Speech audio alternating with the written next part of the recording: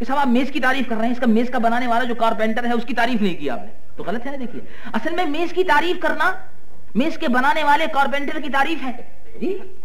تو اللہ کے پیارے حبیب محبوب دو جہاں سید العالمین نور مجسم محمد رسول اللہ صلی اللہ علیہ وسلم کی تعریف اور ان کی عظمت اور ان کے اوصاف کا بیان کرنا، اللہ رب العالمین جو ان کا بنانے والا ہے اسی کی تعریف ہے اصل میں. اور جتنی تعریف محمد رسول اللہ صلی اللہ علیہ وسلم کی جاتی ہے اتنے ہی اللہ رب العالمین کی اصل میں تعریف ہوتی ہے، کیونکہ بنانے والا تو وہی ہے. تو میں یہ درمیان میں ایک بات آ گئی تھی، کہہ ہی رہا تھا اور عرض ہی کر رہا تھا آپ سے کہ سلیمان نبی علیہ السلام نے اس کے لیے خط لکھ دیا. وہ خط لے کر پہنچا تھا خود اور خط لے جا کر اس نے جیسے ہی دیا تو وہ ملکہ سبا بلقیس کے سینے پر ڈال کر وہاں سے اڑ کر واپس آ گیا. اب ملکہ سبا بلقیس نے کھولا، اب کھولنے کے بعد وزیروں کو جمع کیا، فوج کے سپہ سالار کو جمع کیا، کمانڈر ان چیف کو بلایا، ان کو بلایا ان کو بلایا، ادھر آؤ، یہ کیا خط آیا ہے آج ہمارے پاس، یہ کیا مصیبت آ گئی، ذرا دیکھو تو صحیح بھائی. قالت یا ایھا الملؤ انی القی الی کتاب کریم. ایک کتاب آئی ہے، ایک خط آیا ہے اور بڑے ہی معلوم ہوتا ہے کسی بڑے آدمی کی طرف سے آیا ہے، کتاب کریم ہے، کسی بہت بزرگ آدمی نے بھیجی ہے. اور اب تم مجھ کو مشورہ دو کہ ہمیں کیا کرنا چاہیے. انہوں نے کہا ہے کہ تم ہمارے مطیع و فرمانبردار بن کر ہمارے پاس آ جاؤ تو ہم اپنی سلطنت کو اس کے حوالے کر دیں حضرت سلیمان نبی کے. تو کیا کہنے لگے، قالوا نحن اولو قوة واولو باس شدید والامر الیک فانظری ماذا تأمرین. ملکہ سبا بلقیس سے کمانڈر ان چیف وغیرہ نے کہا، وزیروں نے کہا کہ ہم بہت زیادہ طاقتور ہیں، خوب مقابلہ کریں گے، لیکن آخری رائے آپ کی ہے، آپ جیسا حکم دیں، ہمیں کوئی عذر نہیں ہے. ملکہ سبا بلقیس نے کہا دیکھو بھائی تم لوگ جاؤ، ہم ان کی خدمت میں سب سے پہلے تحفے اور تحائف بھیجے دیتے ہیں، اور تحفے اور تحائف بھیجتے ہیں. اگر انہوں نے تحفے اور تحائف کو قبول کر لیا تو اس کا مطلب یہ ہے کہ وہ تحفے تحائف کو قبول کرنے والے بادشاہ ہیں. اگر انہوں نے تحفے تحائف کو قبول نہ کیا اور تحائف کو واپس کر دیا تو اس کا مطلب یہ ہے کہ وہ واقعی جس مذہب کی طرف ہمیں بلا رہے ہیں وہ مذہب حق ہے اور ہمیں پھر اس کو قبول کر لینا چاہیے. یہ اصل معیار قرار دیا. یعنی مذہب حق جو ہے اس کی علامت بھی یہی ہے کہ وہ کسی قسم کا لالچ کسی سے قبول نہیں کرتا. مذہب حق کے ماننے والے کسی کے لالچ میں نہیں آیا کرتے. ابھی آپ نے دیکھا صدر محترم آنریبل عبدالرزاق صاحب محمد، اللہ تعالیٰ ان کی عمر میں برکت عطا فرمایا، انہوں نے کس دلیری کے ساتھ میں بحیثیت مسلمان کے اعلان فرمایا کہ غیر مذاہب کے لوگ چاہے کچھ بھی کر لیں، منسٹریاں آتی رہتی ہیں جاتی رہتی ہیں. منسٹری کیا ہے؟ کچھ بھی نہیں، یہ تو سب دنیا کی چیزیں ہیں. اصل چیز یہ ہے کہ اللہ رب العالمین جل جلالہ عم نوالہ اپنا محبوب بنا لے. تو وہ محبوب کب بناتا ہے؟ وہ محبوب کب بناتا ہے؟ وہ محبوب جب بناتا ہے جب اس کے محبوب محمد رسول اللہ کے محبوب بن جاتے ہیں لوگ. چنانچہ دیکھیے ایک چھوٹی سی مثال سنا دوں. حضرت بلال حبشی رضی اللہ عنہ وارضا، کتنی سختیاں ان پر کی جاتی تھیں، کس بنا پر کی جاتی تھی؟ کتنا لالچ دیا تھا، کس لیے دیا جاتا تھا؟ کتنے ان سے کہا جاتا تھا، کیوں کہا جاتا تھا؟ امیہ ابن خلف جس کے یہ غلام تھے اور جس کے پاس رہا کرتے تھے.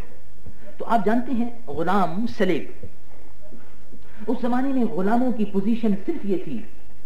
آج تو خیر دنیا میں کہیں سلیب وغیرہ پائے نہیں جاتے، لیکن اس زمانے میں تھے، بڑی کثرت سے تھے، گھر گھر میں تھے کہ وہ بیچے جایا کرتے تھے. ان کا باقاعدہ سودا طے ہوتا تھا اور آقا کو، ماسٹر کو اختیار ہوتا تھا کہ چاہے مار دے ان کو، چاہے بیچ دے، چاہے کاٹ کے ڈال دے، کوئی پرسان حل نہ ہوتا تھا. حضرت بلال حبشی امیہ ابن خلف رضی اللہ عنہ وارضا، حضرت بلال حبشی رضی اللہ عنہ وارضا امیہ ابن خلف کافر کے غلام تھے، مملوک تھے. اور امیہ ابن خلف نے جب یہ سنا کہ یہ محمد رسول اللہ پر یہ کالا حبشی ایمان لے آیا ہے تو کیا کہا اس نے کہا کہ تم دین چھوڑ دو. یہ محمد صلی اللہ علیہ وسلم جس دین کی طرف بلاتے ہیں اور یہ سنایا کرتے ہیں. دیکھیے ہمارے رسول صلی اللہ علیہ وسلم کا مقام کیا تھا. یا ایھا الناس انی رسول اللہ الیکم جمیعا. اے لوگو، اس سے پہلے انبیاء آتے رہے،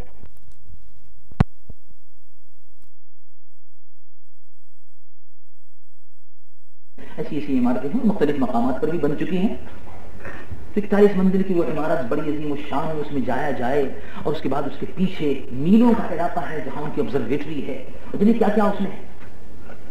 تو وہاں میں اتفاق سے 2-3 آدمی نے مجھ سے پوچھا، اور رشیا میں بھی. تو یونیورسٹی میں تو آپ جانتے ہیں ہر قسم کی تعلیم دی جاتی ہے. یونیورسٹی میں عربی بھی پڑھائی جاتی ہے، ماسکو یونیورسٹی میں عربی پڑھائی جاتی ہے. تو عربی پڑھانے سے مقصد یہ ہوتا ہے کہ وہ طلبہ وہاں سے نکلیں اور عرب کنٹریز میں جا کر کمیونزم کا پروپیگنڈا کریں. مقصد اس سے یہ ہوتا ہے وہ جائیں اور ایمبیسیز سے متعلق ہو جائیں، رشین ایمبیسیز جو ہیں، اور وہاں وہ عربی کے جاننے کی وجہ سے لوگوں سے ربط و ضبط رکھیں اور مسلمانوں کو یا دوسرے لوگوں کو بہکا سکیں، کمیونزم کی طرف لا سکیں. یہ مقصد ہوا کرتا ہے. وہ فارسی بولنے والے بھی تھے، عربی بولنے والے بھی تھے. بہرحال وہاں ہو رہی تھی بات.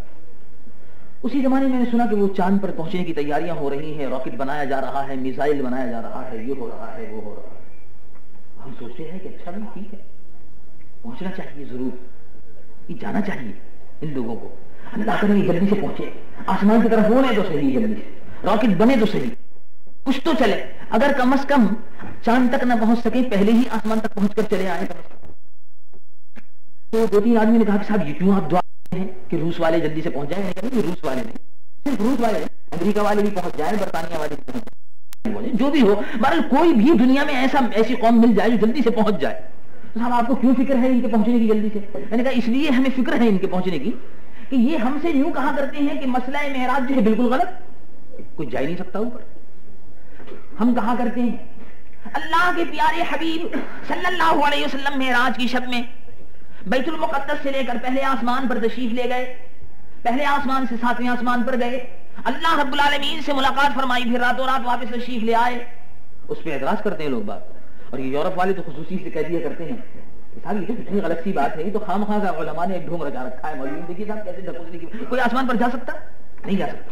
اس کے بعد دیکھیے اتفاق سے اللہ رب العالمین نے انہی لوگوں کے ذہنوں سے، انہی لوگوں کے دماغوں سے جو دماغ انکار کرتا تھا حضور انور صلی اللہ علیہ وسلم کی معراج کا، اسی دماغ اور اسی ذہن سے ہوائی جہاز بنوایا.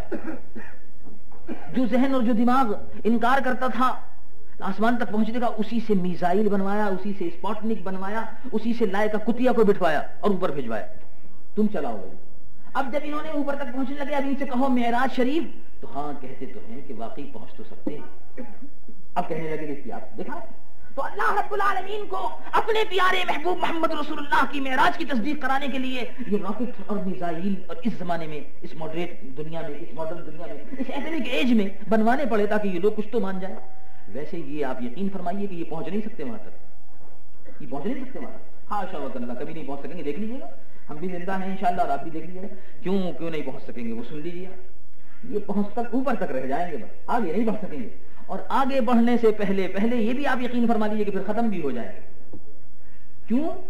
قرآن میں رب العالمین بڑے فیصلہ کن انداز میں فرماتا ہے، دیکھیں ان الذین کذبوا بآیاتنا واستکبروا عنہا. جن لوگوں نے ہماری آیتوں کو اور ہماری نشانیوں کو جھٹلایا، پیغمبروں کو جھٹلایا، آیتوں کو جھٹلایا، نشانیوں کو جھٹلایا. تو روس والے آپ نے دیکھا، کوئی مانتا ہے پیغمبروں کو؟ توبہ کیجیے، استغفر اللہ، کبھی 1 منٹ کے لیے ماننے کو تیار نہیں. ابھی آپ نے دیکھا ہوگا کہ وہ روسیوں کا وہ کوئی بہت بڑا لیڈر ہے، وہ ایسے کچھ نام ہے، خورشیف، نکیتا خورشیف. تو وہ ویسے رشین زبان میں 2-4 لفظ تو سیکھ لیا کرتے ہیں. جیسے ہم یہاں آتے ہیں موریشس میں 2-4 مہینے کے لیے تو کریولی کے بھی لفظ سیکھ لیا کرتے ہیں. کوما ساوا تو کتے آلے آلے لکاز، یہ اس قسم کے بچوں سے پوچھ لیا کوما ساوا لیکول آلے، وہ جواب دیتے ہیں مولانا صاحب لیکول آلے وی آلے، تو ایسا کہہ دیتے ہیں. اسی طریقے سے وہاں صاحب ہم نے رشیا میں جا کے 1.5 مہینے قیام کا اتفاق جو ہوا، ہم نے کہا بھائی کچھ رشین زبان بھی سیکھنی چاہیے. تو وہ انگریزی اور رشین وہ کتابیں بھی کیا کرتی ہیں، جیسے فرینچ اور انگلش وغیرہ کتابیں آتی ہیں سیکھنے کے لیے، سواحلی انگریزی. اس طریقے سے سیکھنے کے لیے وہ لے لی کتاب وہاں جلدی سے، تو تاکہ 2-4 باتوں کی ضرورت پڑ جائے کہ پانی پلا دو، وہ بتا دو، وضو کرنے کی جگہ بتا دو، اس قسم کی چیزیں، مسلح لا دو، یہ لا دو، وہ لا دو، تو اس قسم کی ضرورت کی چیزیں پڑ جاتی ہیں نا بار، تو ہر ملک کے 2-4 جملے سیکھنے پڑتے ہیں وقت ضرورت کے لیے آدمی کو. تو وہ خرشیف کے معنی ہے بہت اچھا، خرشیف کے معنی بہت اچھے کے ہیں. تو وہ نکیتا خرشیف جو ہے یہ روس کے وزیر اعظم، تو یہ جب امریکہ تشریف لے گئے تو ان کا بیان میں نے پڑھا تھا وہاں پاکستان میں اخبارات میں، پاکستان میں تھا اس وقت میں یا کہیں اور تھا، بغداد شریف میں غالباً تھا، وہیں میں نے دیکھا تھا عربی پیپر میں، یا وہاں بغداد شریف سے وہ انگریزی کا ایک وہ ٹائمز بھی نکلتا، بغداد ٹائمز، وہ عراقی ٹائمز، اس میں بھی شاید دیکھا تھا، کسی دوست نے بتایا کہ دیکھیے صاحب اس کا یہ بیان آیا ہے، یا اس زمانے میں وہاں دیکھا تھا یا بہرحال پاکستان میں کہیں دیکھا تھا میں نے ضرور. تو اس میں یہ تھا کہ کسی نے ان سے کہا کہ صاحب آپ چرچ میں چلیے ذرا تھوڑی دیر کے لیے، اس نے کہا نہیں بالکل غلط، یہ آیا تھا نا اخبار، یہ روزویلٹ نے کہا تھا کہ مسز روزویلٹ نے کہا، تو انہوں نے کہا تھا کہ آپ چرچ میں چلیے، بالکل غلط، میں چرچ میں کیسے جا سکتا ہوں، مجھے چرچ میں جانے کی ضرورت نہیں، اس لیے کہ جب میں خدا پر یقین نہیں رکھتا تو میں چرچ میں کیوں جاؤں. ہم نے غور کیا دیکھا، یعنی غالب یہ ہوا کہ روس کا وزیر اعظم جو ہے وہ خدا پر یقین نہیں رکھتا. ظاہر ہے روس کے وزیر اعظم کا کیا، روس میں جو بسنے والے لوگ ہیں اور وہاں جو رہنے والے لوگ ہیں ان سب کا یہی عقیدہ ہے قریب قریب. وہ کمیونزم کی بنیاد اور مارکسزم کی بنیاد اسی فلسفے پر ہے کہ وہ خدا پر یقین نہیں رکھتے اور مذہب کو افیم سے تشبیہ دیا کرتے ہیں، او پی ایم جیسا بنا دیا انہوں نے مذہب کو دیا. تو بہرحال اس سے کچھ بحث نہیں کرنی تھی. میں یہ کہہ رہا تھا کہ رب العالمین نے یہ فرمایا کہ جو لوگ اللہ کا انکار کرنے والے ہیں، اللہ کے سامنے اپنی بڑائی جتانے والے ہیں اور اللہ رب العالمین کی آیتوں کی اور نشانیوں کی تکذیب کرتے ہیں، رب العالمین کیا فرماتا ہے ان کے لیے؟ تو کہتا ہے ان الذین کذبوا بآیاتنا واستکبروا عنہا، جنہوں نے ہماری آیتوں کو جھٹلایا، واستکبروا عنہا، اور پھر استکبار تکبر بھی کیا، اللہ رب العالمین کے مقابلے پر اپنی بڑائی کا اظہار بھی کیا، سب چیز کو میٹر سے قرار دیا، اللہ کو کچھ نہ رکھا، ہر چیز میٹر، بس مادہ ہے جو کچھ بھی ہے، ہر چیز میٹر. تو رب العالمین کیا فیصلہ کن انداز میں فرماتا ہے، دیکھیے فیصلہ فرما دیتا ہے وَاسْتَكْبَرُوا عَنْهَا لَا تُفَتَّحُ لَهُمْ أَبْوَابُ السَّمَاءِ، جنہوں نے ہماری آیتوں کو جھٹلایا، جنہوں نے ہماری نشانیوں کو جھٹلایا، جنہوں نے پیغمبروں کی تکذیب کی، قرآن کا انکار کیا، اور جنہوں نے اللہ کے محبوب محمد رسول اللہ صلی اللہ علیہ وعلی آلہ وصحبہ بارک وسلم کے دامن اقدس سے، دامن اطہر سے اپنے آپ کو وابستہ نہ کیا، رب العالمین فرماتا ہے لا تفتح لهم ابواب السماء، ہم آسمانوں کے دروازے ان پر ہرگز نہیں کھولیں گے، آسمانوں کے دروازے نہیں کھلتے. تو چاند تک پہنچنا ناممکن ہو گیا، اس لیے کہ آسمانوں کے دروازے تو کھلیں گے نہیں. اور چاند جیسا کہ حدیث میں آیا، جیسا کہ مفسرین نے لکھا، چوتھے آسمان پر ہے، جہاں سے روشنی آ رہی ہے ہماری طرف چاند کی، یہ چوتھے آسمان پر ہے چاند. تو چاند تک پہنچنا بہرحال قرآن مجید و فرقان حمید کی اس آیت طیبہ سے تو معلوم ہو گیا کہ ان پر ابھی دروازے نہیں کھولے جائیں گے. ابھی دوسری بات ہے کہ اگر وہ یوں کہہ دیں کہ ہم اللہ پر یقین رکھتے ہیں، ایمان لاتے ہیں اور اللہ رب العالمین کے جو احکام ہیں ان پر بھی ایمان لاتے ہیں، تو کیا عجب ہے اللہ رب العالمین ان پر کیا پھر سب سارے عالم پر رحمتوں کے دروازے کھول دے، آسمانوں کے بھی دروازے کھول دے، تو اللہ کی رحمت سے تو کوئی بعید نہیں. اور ہمیں دعا کرنی چاہیے کہ اللہ رب العالمین یہ جو گمراہ لوگ ہیں اور اللہ سے ٹکر لینے کی اور مقابلہ کرنے کی کوششیں کر رہے ہیں، نظام قدرت میں دخل انداز ہونے کی کوشش کر رہے ہیں، ہم دعا کرنی چاہیے کہ اللہ تبارک و تعالیٰ ان کو ہدایت عطا فرمائے اور وہ لوگ اللہ رب العالمین کے ماننے والے اور اس کے حبیب صلی اللہ علیہ وسلم کی صداقت پر یقین رکھنے والے بن جائے. تو میں عرض کر رہا تھا کہ سلیمان نبی علیہ السلام سے ملکہ بلقیس نے تحفے تحائف بھیج دیے. حضرت سلیمان علیہ السلام کے پاس وہ تحفے تحائف پہنچ گئے تھا. آپ نے ان تحفے تحائف کو نہیں لیا اور نہ لے کر ان کو واپس کر دیے کہ واپس لے جاؤ. ہمیں تحائف کی ضرورت نہیں ہے، ہمیں ہدیوں کی ضرورت نہیں ہے، ہمیں کسی قسم کے تحفے تحائف کی ضرورت نہیں ہے. ہم تو یہ چاہتے ہیں کہ تمہارے سر کو جو سورج کے سامنے جھکتا ہے اس کو اللہ کے سامنے جھکائے. ہم تو یہ چاہتے ہیں کہ تم بجائے سورج کی پرستش کرنے کے، بجائے سورج کی عبادت کرنے کے، اللہ رب العالمین جل جلالہ و من والہ کے عبادت گزار بندے بنو. یہ ہم چاہتے ہیں. سلیمان نبی علیہ السلام نے الٹیمیٹم بھیجا اور یہ کہا کہ اب تم، یہ ہم تمہارے ہدیے اور تحفے واپس کر رہے ہیں، اب اگر تم ہمارے دربار میں مطیع و فرما بردار ہو کر حاضر نہ ہوئیں تو ہمارا لشکر تمہاری سرحد میں داخل ہو کر قتل و غارت گری شروع کر دے گا، پھر ہم کسی چیز کے ذمہ دار نہیں ہوں گے۔ یہ الٹیمیٹم دے دیا۔ ملکہ سبا بلقیس گھبرائی، اور گھبرانے کے بعد بھی اس نے اپنے آدمیوں سے، وزیروں سے، لوگوں سے مشورہ کیا، اور مشورہ کرنے کے بعد یہ کہا کہ بھائی سب کو چلنا چاہیے، ہم سب چلتے ہیں۔ ملکہ بلقیس نے کہا میں بھی چلتی ہوں اور مطیع و فرما بردار ہو کر ان کی خدمت میں حاضر ہوتی ہوں۔ کہاں چلے؟ قرآن میں رب العالمین فرماتا ہے سلیمان نبی علیہ السلام بیت المقدس میں رہا کرتے تھے، اور ملکہ سبا بلقیس کا وطن علاقہ یمن میں تھا۔ یمن اور بیت المقدس میں، ملکہ سبا بلقیس میں اور یمن میں اور حضرت سیدنا سلیمان نبی علیہ السلام کے شہر مبارک بیت المقدس میں پورے 2 مہینے کا فاصلہ تھا۔ اس زمانے میں 2 مہینے کا سفر ہوا کرتا تھا اونٹوں پر۔ حضرت سلیمان نبی علیہ السلام کی خدمت میں پہنچنے کے لیے ملکہ سبا بلقیس جا رہی ہے، اور چلتے چلتے 2 مہینے کی منزل طے کرتے کرتے وہ بیت المقدس کے دروازے پر پہنچ گئی۔ تو اس زمانے میں آپ جانتے ہیں کیونکہ سفر اونٹوں پر، مختلف سواریوں پر ہوا کرتا تھا، تو راستے میں دھول، گرد و غبار، یہ تمام چیزیں ہو جایا کرتی تھیں۔ ملکہ سبا بلقیس وہاں ٹھہری تاکہ کپڑے بدلے، نہائے دھوئے، اچھی طرح سے پوشاک کرنے کے بعد اب پھر شہر میں بیت المقدس میں داخل ہو اور حضرت سلیمان نبی کے دربار میں پہنچے۔ ادھر سلیمان نبی علیہ السلام کو خبر مل گئی کہ ملکہ سبا بلقیس مطیع و فرما بردار ہو کر حاضر ہو رہی ہے، تو آپ نے دربار میں بیٹھے ہوئے تھے، دربار میں بیٹھے بیٹھے آپ نے فرمایا کہ بھئی کوئی ہمارے دربار میں ایسا ہے جو ملکہ سبا بلقیس اپنا تخت، جس پر وہ بیٹھ کر حکومت کرتی تھی، اپنا وہ تخت وہاں چھوڑ کر آئی ہے ملک سبا میں، جہاں اس کا وطن ہے، جہاں اس کا پایا تخت ہے، اور تالوں میں بند کر کے آئی ہے۔ کوئی ہے ہمارے دربار میں ایسا جو ہمارے اس تخت کو اٹھا کر لے آئے؟ ابھی ملکہ سبا بلقیس کے آنے میں دیر ہے، اگر اس کے آنے سے پہلے اس کا تخت یہاں آ گیا تو ملکہ سبا بلقیس دیکھ کر حیران ہو جائے گی کہ ہے میرا تخت 70 گز لمبا، 40 گز چوڑا، اتنا اونچا، ہیرے جواہرات سے مرصع سونے کا تخت کون اٹھا کے لا سکتا ہے؟ کیسی سواریاں اس کے لیے درکار ہوں گی، اتنے دور و دراز کی مسافت کے لیے مہینوں چاہیے سفر کے لیے، کیسے یہ آ گیا؟ تو وہ حیرت میں رہ جائے گی۔